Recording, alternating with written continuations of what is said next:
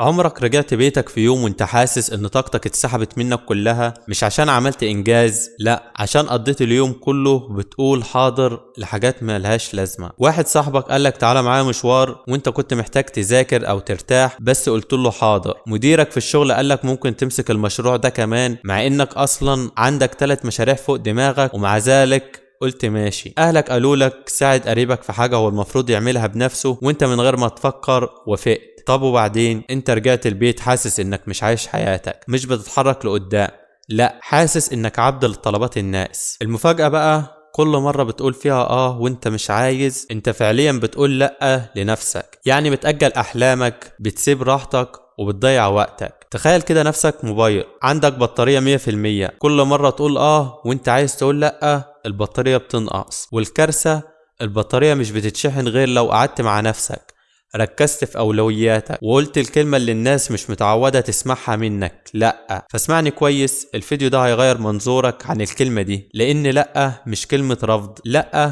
كلمة إنقاص. النهاردة هنتكلم عن كلمة صغيرة جدا لكن تأثيرها مهول. كلمة لأ، الكلمة دي مش مجرد حروف، دي خط دفاع أول عن وقتك وصحتك وطموحك. ناس كتيرة فاكرة إن اللي بيقول لأ بيبقى عنيد، صعب أو دمه تقيل، لكن الحقيقة اللي مش بيعرف يقول لأ هو اللي حياته كلها بتروح للغير وفي الآخر يلاقي نفسه مش عايش لنفسه. خليك فاكر، قول لأ مش معناها إنك قليل الذوق، قول لأ مش معناها إنك رفضت الشخص، قول لأ معناها إنك بتحافظ على نفسك الأول، ودي مش أنانية، دي أولوية.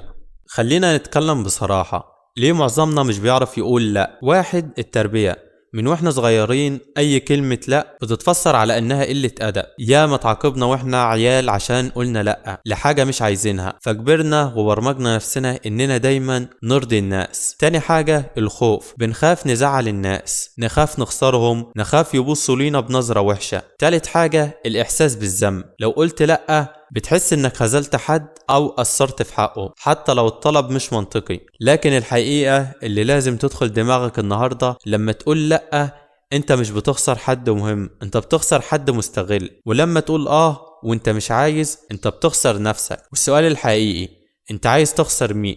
نفسك ولا حد مش بيقدرك اصلا؟ وخلينا اديك قصة لواحد اسمه احمد شاب محترم جدع ودمه خفيف، بس مشكلته ان مش بيعرف يقول لا. كل اصحابه اتعودوا عليه اي حاجة يقول حاضر. واحد يقول له اعمل لي البحث، التاني يقول له ذاكر لي المادة دي، التالت تعالى مشوار. واحمد في النص مش لاقي وقت يذاكر لنفسه ولا يعيش حياته. اللي حصل، امتحاناته باظت لانه كان بيساعد غيره اكتر ما بيساعد نفسه. صحابه تعودوا يشوفوه كخدمة مش كصاحب، والكارثة انه لما جرب لاول مرة يقول لا اتصدموا. ايه ده، احمد اللي دايما بيقول حاضر يرفض؟ القصة دي بتعلمنا انك لو محطتش حدود من الاول، الناس مش هتحط لك حدود ابدا.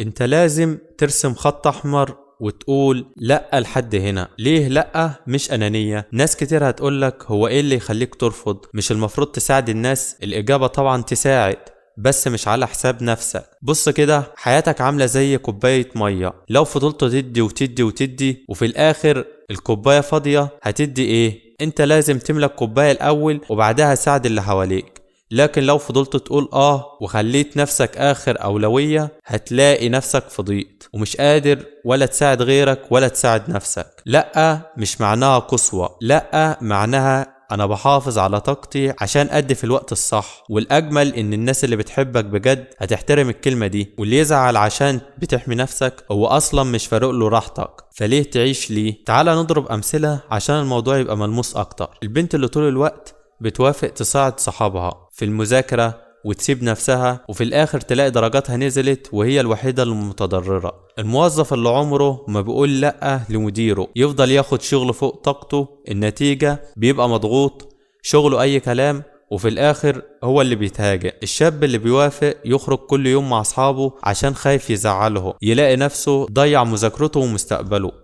تخيل ال3 دول لو من الأول كانوا عارفين يقولوا لأ، كانت حياتهم هتتغير ازاي؟ هتلاقي البنت ركزت على مذاكرتها وجابت تقدير عالي، الموظف اشتغل بجودة أعلى وبقى محترم أكتر، الشاب وزع وقته صح واصحابه الجدعان فضلوا حواليه، والمصلحجيين اختفوا. طيب السؤال المهم، ازاي ابدأ اقول لأ من غير ما اخسر الناس او يبقى شكلي وحش؟ اول حاجة ابتدي بحاجة بسيطة، جرب ترفض طلب صغير. واحد يقولك تاخد حاجة مش محتاجها، قول له لا شكرا. ما تديش اعذار كتير، كل ما تشرح زيادة اللي قدامك هيحاول يقنعك. استخدم لغة محترمة، معلش مش هقدر دلوقتي، اسف عندي حاجات اهم. درب نفسك قدام المراية، صدقني ده هيساعدك. واهم حاجة قول الكلمة بثقة وهدوء من غير عصبية ولا تردد. افتكر لا مش معركة، لا هي كلمة حدود، ولو الشخص اللي قدامك محترم هيحترم حدودك. قوة لا في العلاقات.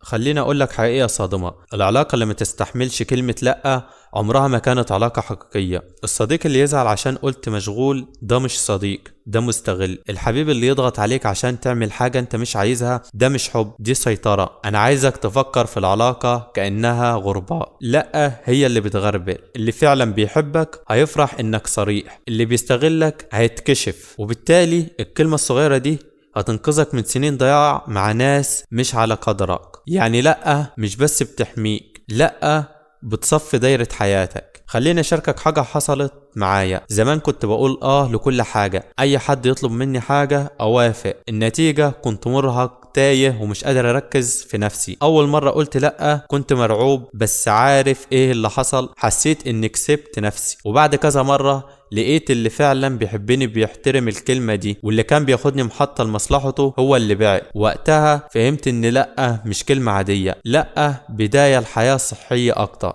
تخيل حياتك زي بيت كبير، كل مرة تقول وانت مش عايز، كأنك فتحت الباب لأي حد يدخل ويشيل البيت على مزاجه. في الآخر البيت فاضي، انت نفسك مش لاقي حاجة ليه. لكن أول ما تبدأ تقول لأ كأنك ركبت باب حديد وحطيت مفتاح في جيبك. اللي يدخل بيتك هو اللي انت اخترته، انت اللي تتحكم، انت اللي تحدد. يعني لأ مش كلمة رفض، لأ كلمة أنا صاحب حياتي. فيا صاحبي من النهاردة عايزك تاخد تحدي صغير. أول موقف تحس انك مش عايزه جرب تقول لأ، مش بوقاحة مش بعصبية، لأ بهدوء وبثقة. صدقني أول مرة هتحسها صعبة، لكن بعد كم مرة هتحس براحة عمرك ما حسيت بيها قبل كده. كل لأ هتقولها هتفتح لك باب لحاجات انت بتحبها. انت مش اتخلقت عشان تعيش للناس كلها، انت اتخلقت تعيش لنفسك الأول وبعد كده للناس. ولو الفيديو ده لمس فيك نقطة اعمل له شير مع صاحبك اللي عمره ما بيعرف يقول لأ، واكتب لي في الكومنتات